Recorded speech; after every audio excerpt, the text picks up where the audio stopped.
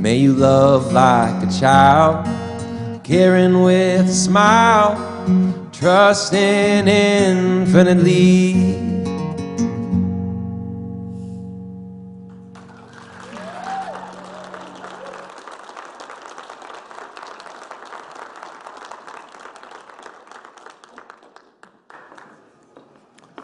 Beautiful way to get started. Music is always a beautiful way to start. Okay, with no further interruptions, and the hat I'm really here to wear is to introduce our guest speaker, Dr. Eva Malanowski. Thank you. Thank you, Jack.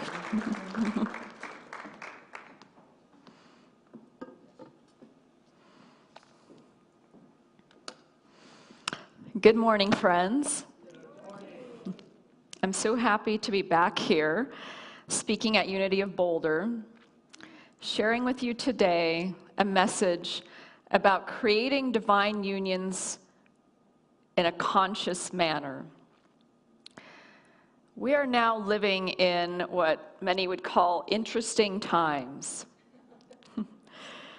We are actually living in one of the most exciting times on our planet, a time of great change, possibility, and innovation. Time of great discoveries in our health, communication, and transportation. However, this time of change may feel very unsettling, scary, and even dangerous. So I invite you today to now enter this cocoon of creation with me and leave everything else of the world behind. Together, we will take a journey to see what is possible to create in our relationships and how we can create that warm, safe, yet exciting love in our lives, just in time to get ready for this month of fiery energy. And as many of you may know, it's the year of the fire horse, which will begin, I believe it's February 17th. So it is a very exciting time of transformation. So today we will guide ourselves through this wonderful process of creating exciting love in our lives. Let's create this sacred space together and enter this journey of possibility by placing one hand on our heart and one hand on our belly. And together we will say, as we breathe slowly, I am safe. I am held by love of my Creator. I am open to magic. We gather in remembrance of our wholeness, our unity. May this time awaken healing, clarity, and compassion in every heart, and so it is.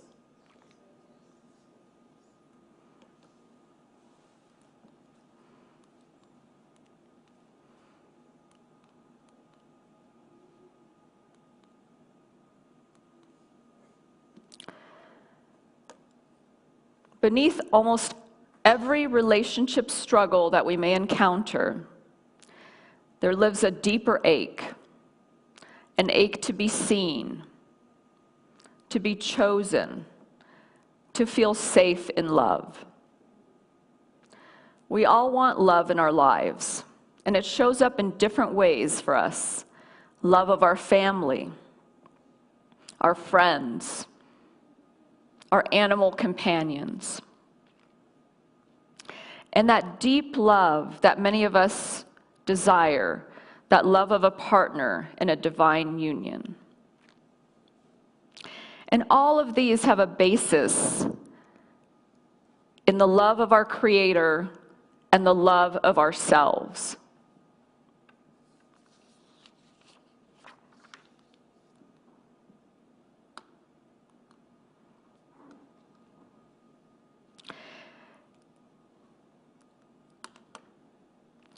In uncertain times, that we may be living in right now, we ask, what is the spiritual path for me right now?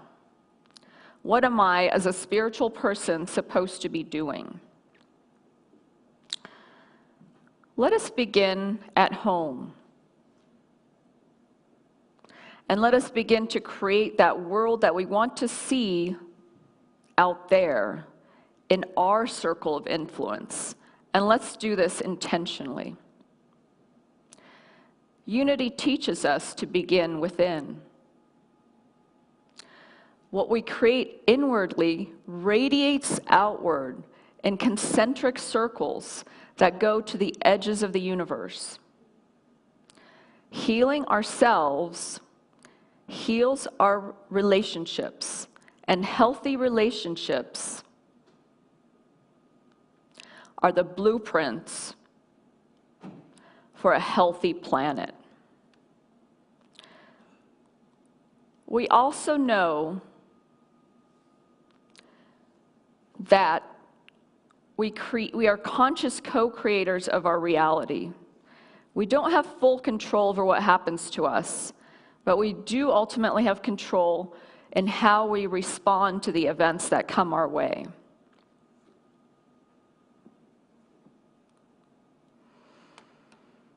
So what exactly is codependency?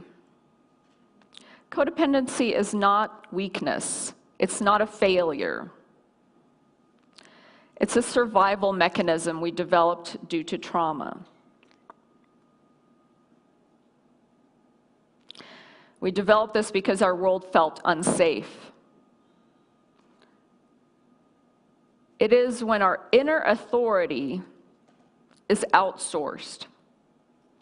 So we begin to believe that our worth depends on how others perceive us, that our safety depends on their moods.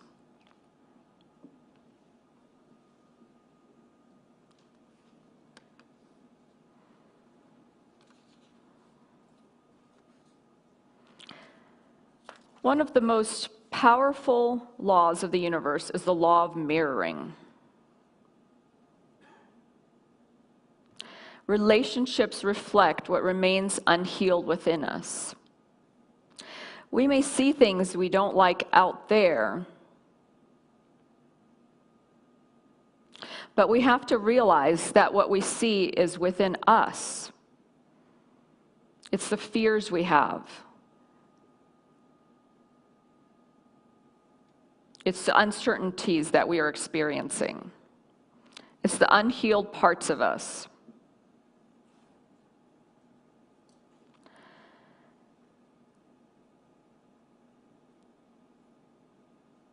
And this mirror that shows us this outer reality is not any kind of punishment.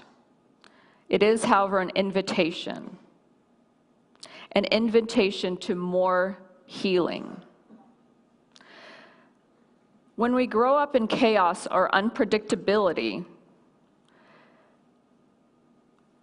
we learn to experience that life is scary, that life is unpredictable, that life is dangerous. Later, we unconsciously recreate this reality because that is what actually feels like home to us, even though we would never say it's what we actually want. And we can think of our higher self as creating these situations, basically asking us, what are we ready to heal next?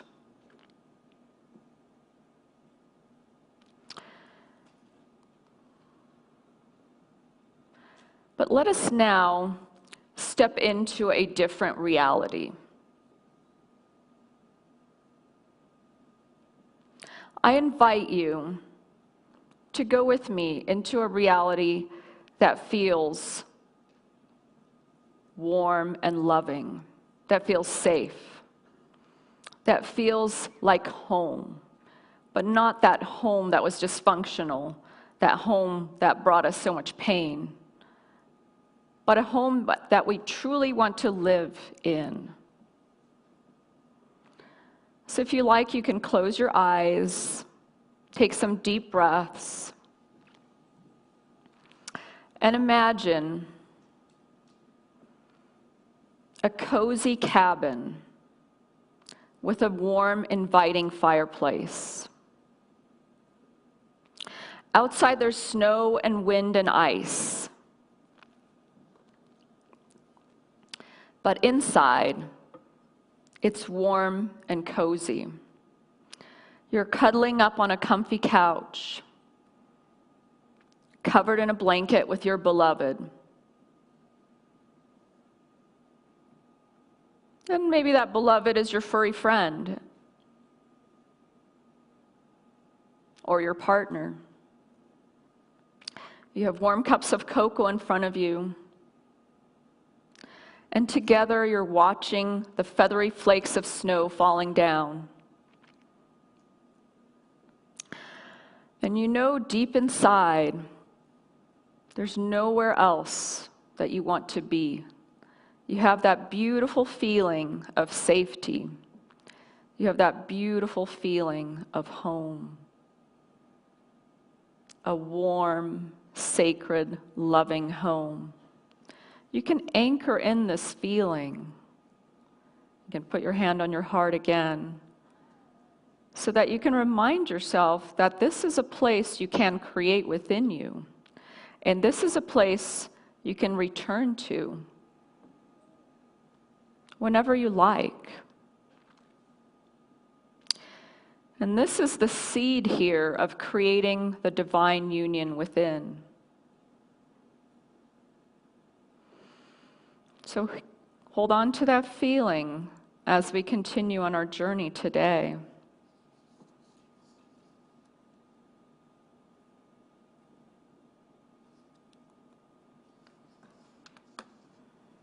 Divine union has God at the center.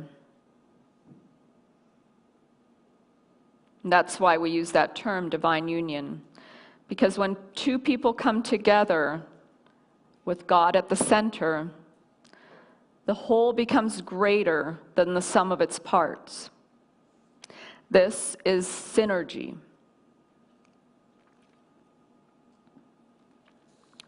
Divine union begins when we reclaim authorship of our inner world.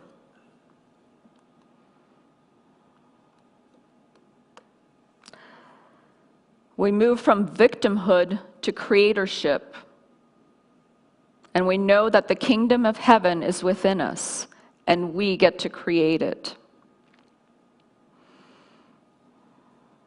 So what are some ways that we can start to create that divine union?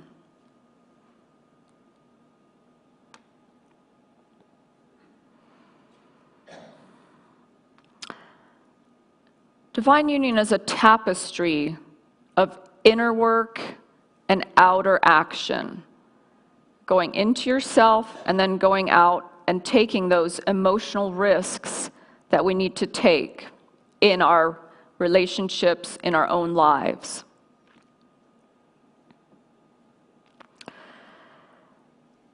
We know that our connection to ourself is sacred.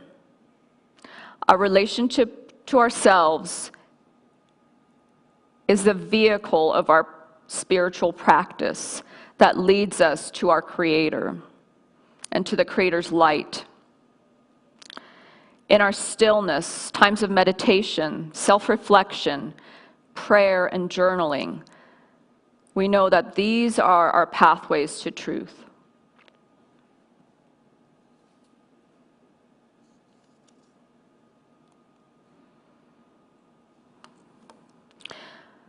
We also know that there's outer work to be done. These are the emotional risks, so things that need to be said that maybe we're afraid to say, but we step into our truth and we're able to express them. Naming our needs, emotional honesty, respectful dialogue.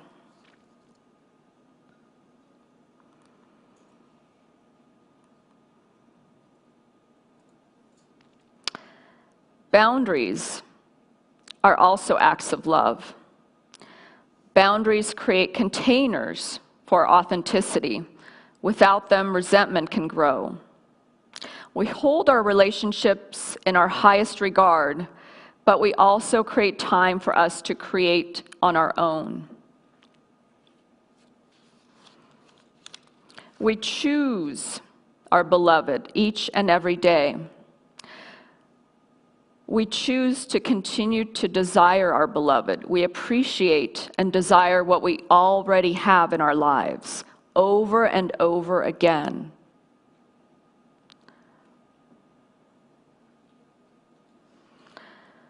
Relationships exist to expand us, but not to complete us. We are whole on our own, but our energy reaches another level in our divine union. Relationships can be some of our best teachers to our awakening.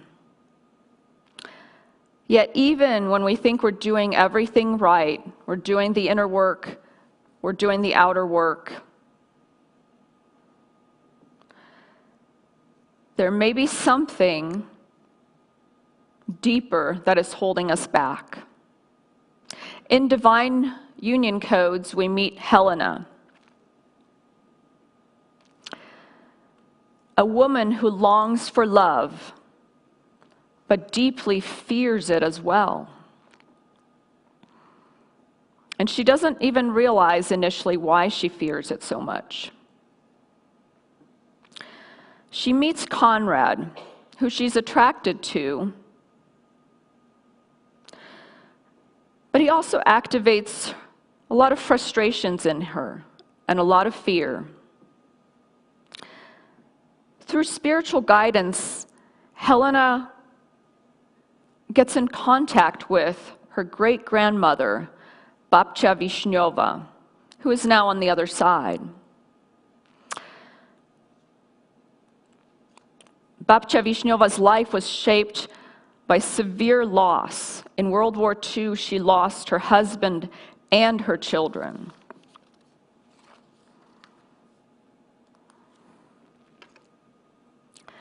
Her son loved Helena's grandmother. Their love was pure and deep. He was killed in the Warsaw Uprising. And her grandmother never recovered from this loss.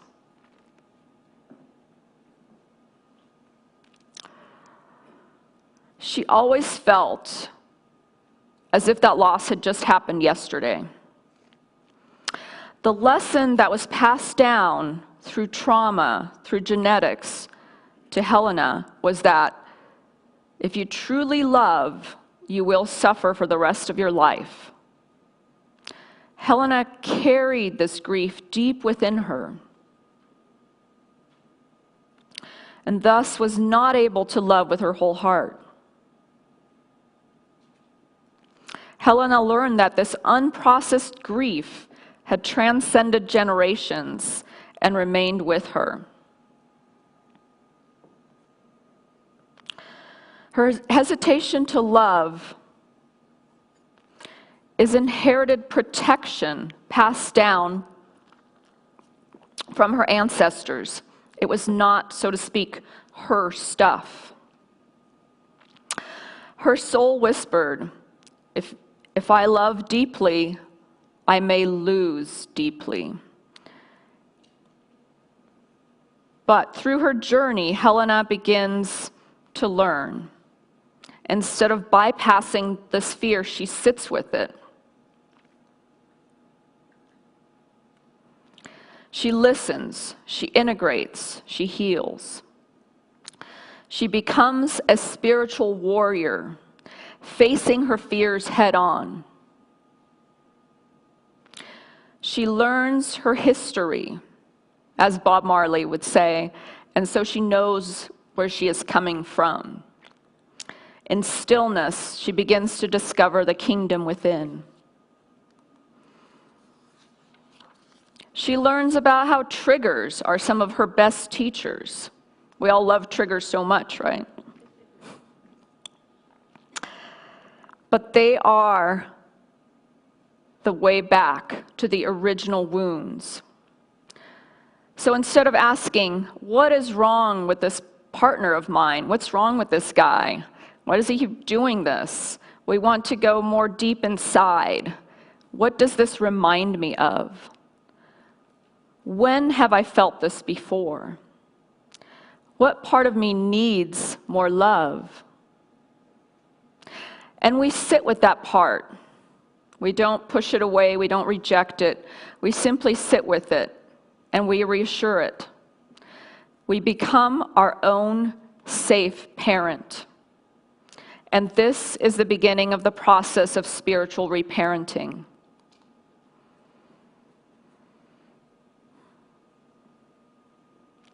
We also use the power of creating on the inside. So, for example, before conversations that are difficult in our relationship, we prepare. We might envision, how do we want to feel? How do we want this conversation to go? What is it that we want to create? We can write it out. We can write out the vision. We want to feel safe, cherished, free, passionate, supported. We feel those feelings in present tense.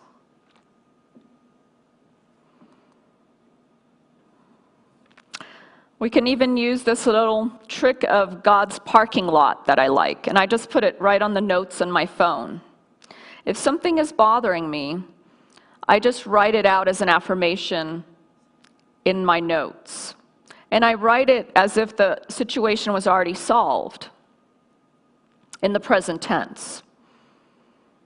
So I might say something like, if something's bothering me about my relationship, I might say the opposite of what I'm experiencing, such as, I feel happy, safe, and secure, even if I'm feeling maybe triggered in that moment.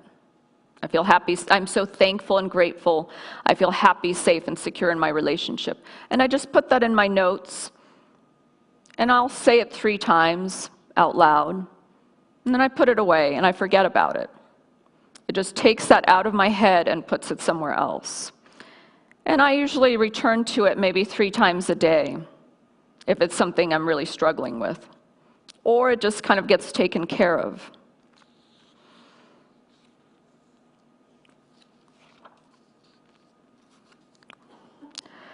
Focusing on what we want, then letting it go, is the dance of manifestation. So we speak it, we say it, we bring it into our reality, and then we release it.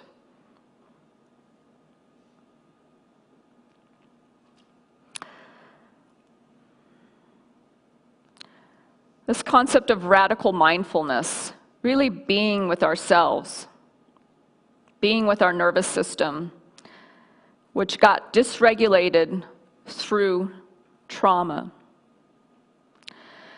To get to the state of divine union, we have to heal that nervous system. We have to bring it calmness.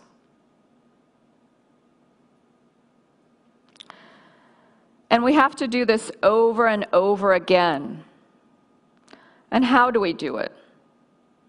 By sitting in stillness, meditation,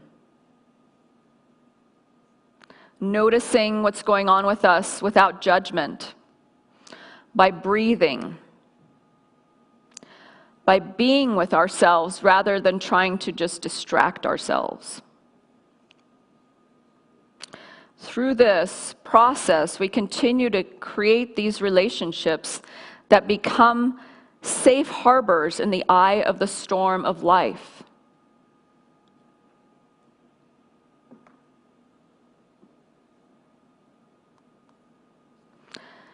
The holy pivot. When something is making us angry or upset in our relationships, we tend to do what? Give it all our attention, right? We start obsessing about it. We might be overthinking. We might just keep going through it over and over again. How could that be different? How could I have done things differently? Why did he do that? What's going on with me? And we just get stuck, right? We get stuck in this loop, and it just keeps going and going and going. And people do all kinds of things to deal with this, right? Like they might turn to drugs or drinking or distraction or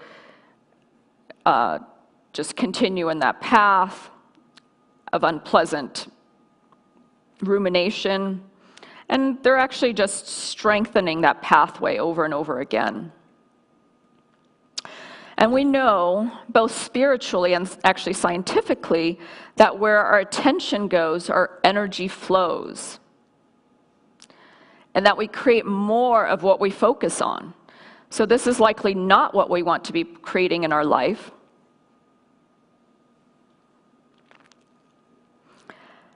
And this is also supported by neuroscience, with that saying that neurons that fire together wire together, meaning we're actually creating a loop in our brain that will put us right back into that state.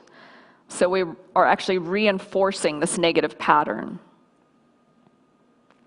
So the holy pivot is actually learning to change that. It's taking our attention to something else. And I've been really playing with this concept quite a bit lately, and it can be very, very effective. So we really just have to take our attention and turn to something else, something that makes us feel good, but is also healthy for us. Something that's joyful, positive. It can be a song we love. It can be calling a friend. It can be even taking care of something we need to do in our house. It can be playing with our pet or watching a happy, calming show. And this way, we don't let our attention be hijacked anymore.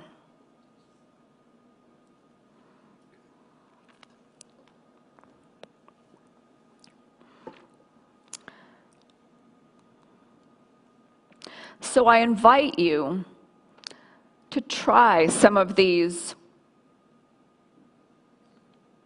strategies, to try some of these spiritual paths, to start creating that beautiful spiritual home we all want to live in with our partner or with ourselves. Divine union begins to be created when we honor boundaries. We speak our truth with kindness, thus taking time to center ourselves before we speak it, so that we're not lashing out at people in our family and our lives. We trust our intuition, and this takes some deep inner healing to be able to trust our intuition again. And we choose alignment with ourselves and our Creator. As we continue to bravely return to ourselves over and over again, we find that our relationships begin to realign naturally. There's magic in this process. It may take us many tries, but sitting with ourselves and finding calmness within is actually healing our nervous system. And I know that we have a class coming up on stillness and being in the quiet space. And I think that would probably be very conducive to this whole process.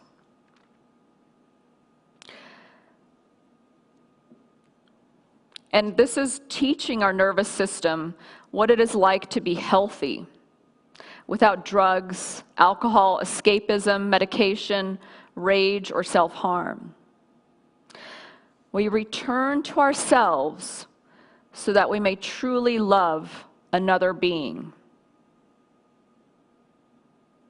in a way that is respectful, warm, and conducive to creating that warm cabin image that we had at the beginning of this talk.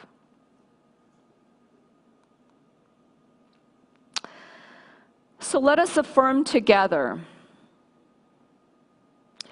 I am whole. I honor my history and heal my lineage.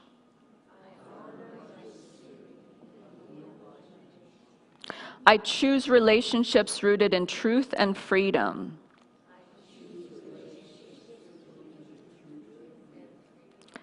Divine union lives within me now.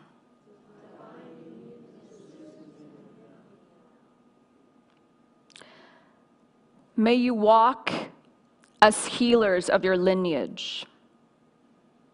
May your love ripple out into the far reaches of the universe. And so it is. Amen. Thank you.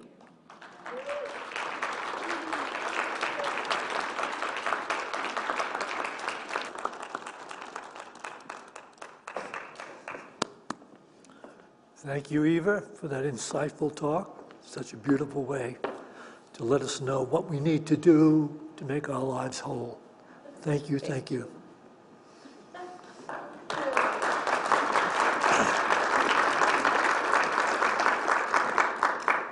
We will take an offering for unity now. And as we're preparing to do this, I invite those of you that are watching this service on screen to consider dropping in every now and then to the brick and mortar church again. I know a lot of you used to come here regularly, and now you're watching it on live stream and Facebook and YouTube, but come in and join us every now and then on a Sunday and pick up the energy and the vibrations of joy and happiness and togetherness that we share here every Sunday. And we can all bring into our hands that gift we'd like to make to Unity of Boulder and bless it with this offering prayer. Divine love, through me, blesses and multiplies all that I have, all that I give, and all that I think, else I give. And so it is. Thank you.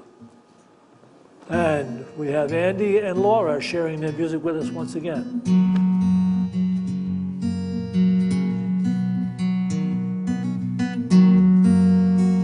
Wake up, darling, open your eyes. The day is calling you to rise.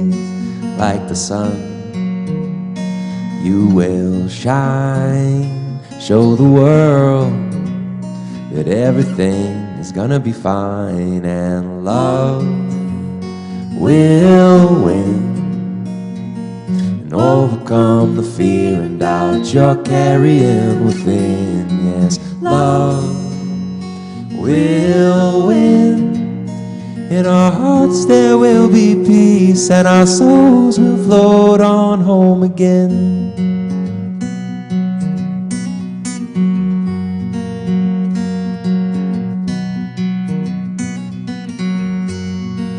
Fear not, darling, be who you are. You were made to shine like a star. Make a friend with your darkness, and you will find it's that very darkness which lets you shine. Yes, love will win and overcome the fear and doubt you're carrying within. Yes, love will win. In our hearts there will be peace, and our souls will float on home again. Float home again.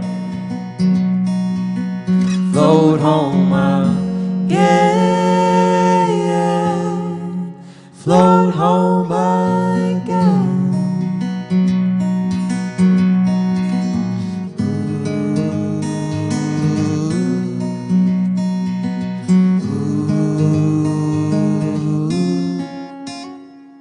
Sleep now, darling, close your sweet eyes. We'll all be here when you rise. Have no fear for tomorrow, what it might bring. With all the love inside you, you'll be ready for anything. Yes, love will win and overcome the fear and doubt you're carrying within. Yes, love will win. In our hearts there will be peace, and our souls will float on home again. float home again. Float home again. Float home again. In our hearts there will be peace, and our souls will float on home again.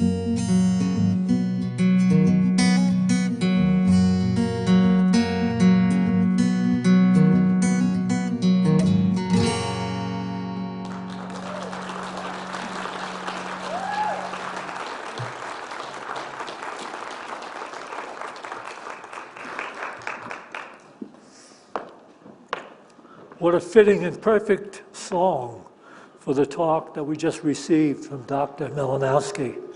Great, it all comes together right here in unity. Thank you very much for that. Okay, well, for those of you that might be facing a particular challenge you want to pray with someone about, we have our prayer partners over here. They are wearing the white scarves.